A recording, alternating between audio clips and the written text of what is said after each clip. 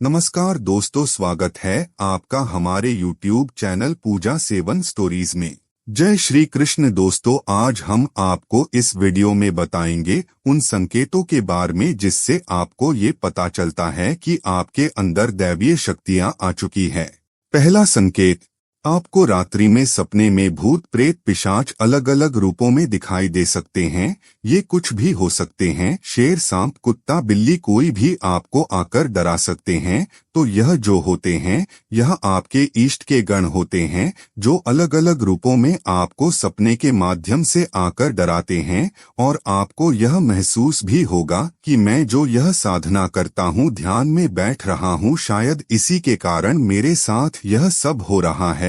कुछ साधक इसलिए ध्यान साधना बंद भी कर देते हैं और उन्हें तब यह अनुभव होने बंद भी हो जाते हैं। ऐसे साधकों को लगता है कि मेरी साधना की वजह से ही मेरे साथ यह सब हुआ, साधना नहीं करूंगा तो सब ठीक हो जाएगा। तो दोस्तों, यहाँ पर आपके इष्ट जिनकी आप साधना कर रहे हैं वही अपने गणों को दूध को भेजते हैं आपको जांचने के लिए, आपकी परीक्षा में परखने को कि ये मेरा साधक कैसा है, कब तक साधना करता है, साधना जारी रखता है या भयभीत होकर साधना करना बंद कर देता है। तो यहाँ आपको भयभीत होने की आवश्यकता नहीं, बल्कि अपनी साधना को और गहरा करने की आवश्यकता है। आपने स्वयं को सिद्ध करना है कि हाँ, मेरी साधना में कोई खोट नहीं है, मेरी साधना एकदम सच्ची है।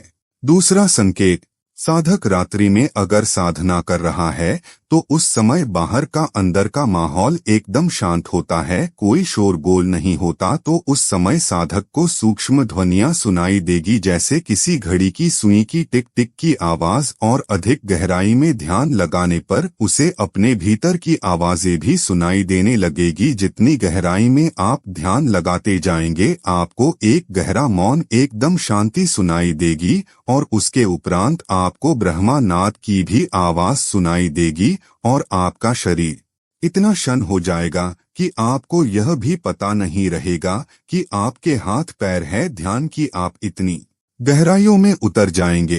तीसरा संकेत, साधक को दिन के उजाले में भी जब वह मंदिर में पूजा ध्यान में बैठता है तो उसे महसूस होता है जैसे उसके आसपास कोई है, कोई उसके पीछे है या कोई उसके साथ में बैठा है, या जैसे किसी ने उसके कंधे पर हाथ रखा है। उसे कंधे पर ऐसा लगेगा जैसा कोई भार है या कहीं से एक तेज हवा का झोंका आकर उसको छूकर चला जाएगा। आपको यह अनुभव होते हैं। रात्रि समय में भी ठीक इसी प्रकार से आपको सूक्ष्म ध्वनियां सुनाई देगी। कई बार साधकों को महसूस होगा जैसे उसे कोई देख रहा है या उसके कोई सामने खड़ा है या कोई उसके पीछे खड़ा है, उसके साथ में बैठा है। यह तभी होता है जब आप ध्यान साधना की गहराइयों में उच्चतम अवस्थाओं में पहुंचने लगते हैं, या फिर जब दिव्य शक्तियां जो है आपके आसपास घूमती है, आपके आवाहन करने पर आपके पास आती है,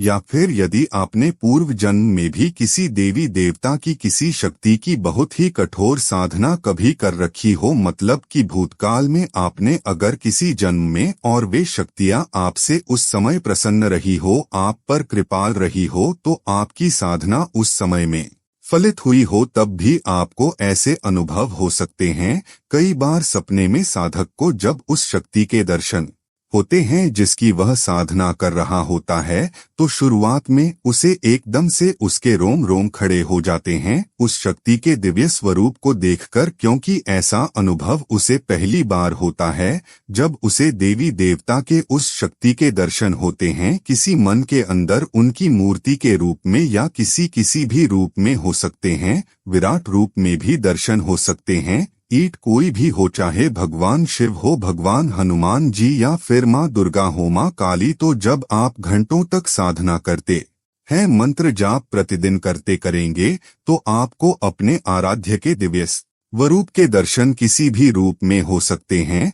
जब आप बोलते हो कि माँ काली मुझे दर्शन दो, माँ दुर्गा मुझे दर्शन दो, आप माँ से प्रार्थना करते हो, उनका आवाहन करते हो और कहते हो कि इतने दिन हो गए मुझे दर्शन क्यों नहीं हो रहे, तब भी अचानक से आपके पास की कोई चीज गिर जाती है और आप एकदम से चौंक जाते हो तो यह भी शक्तियों के संकेत होते हैं कि वह आपको बता रही है कि मैं यही हूँ, मेरी सेवा करो, मुझे मानो। या फिर जो कोई भी देवीय शक्तियों की आप पूजा कर रहे होते हैं वह इसी प्रकार से आपको बताती है, जैसे जब आप पूजा कर रहे होते हो, मंदिर में होते हो तो आपने जो फूल माला चढ़ाई होती है वह माला गिर जाती है, या आपकी गोद में या आपके सामने फूल गिर जाता है। कुछ ना कुछ ऐसा जरूर होता है कि आपको लगेगा कि जो देवीय शक्ति है वह आपके पास है, आपके आसपास मौजूद है।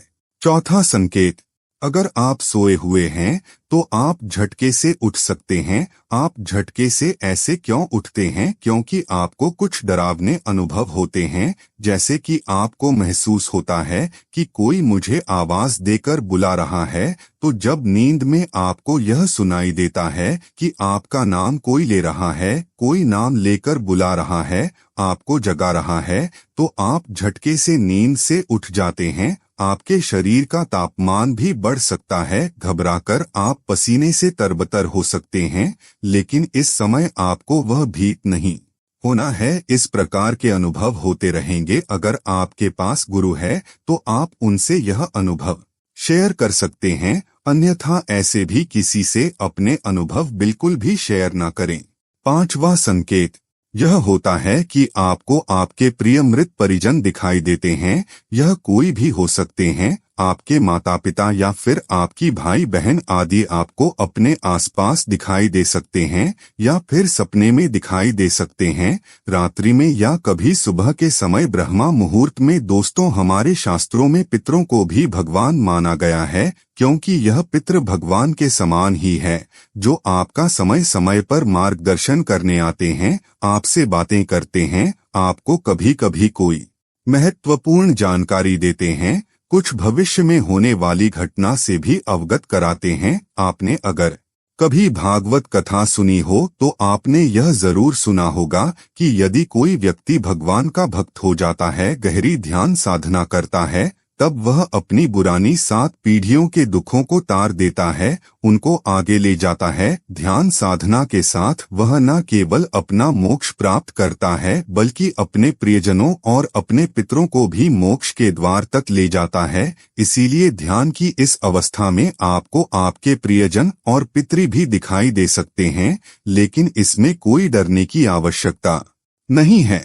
उम्मीद करते हैं कि आपको इस वीडियो से कुछ नया जरूर सीखने को मिला होगा। आपको वीडियो कैसी लगी हमें कमेंट बॉक्स में जरूर बताएं। अगर वीडियो के दौरान मुझसे कोई गलती हो गई हो तो मैं माफी चाहता हूं। यहाँ यह बताना जरूरी है कि हम किसी भी तरह की मान्यता जानकारी की पुष्टि नहीं करते हैं। किसी भी जानकारी या मान्यता को अमल में लाने से पहले संबंधित विशेषज्ञ से सलाह लें। दोस्तों, अगर आपको ये वीडियो अच्छा लगा तो कृपया करके वीडियो को लाइक और कमेंट बॉक्स में हर हर महादेव जरूर लिखें, और वीडियो को शेयर जरूर करें और चैनल को सब्सक्राइब करें। धन्यवाद। ओम नमः शिवाय।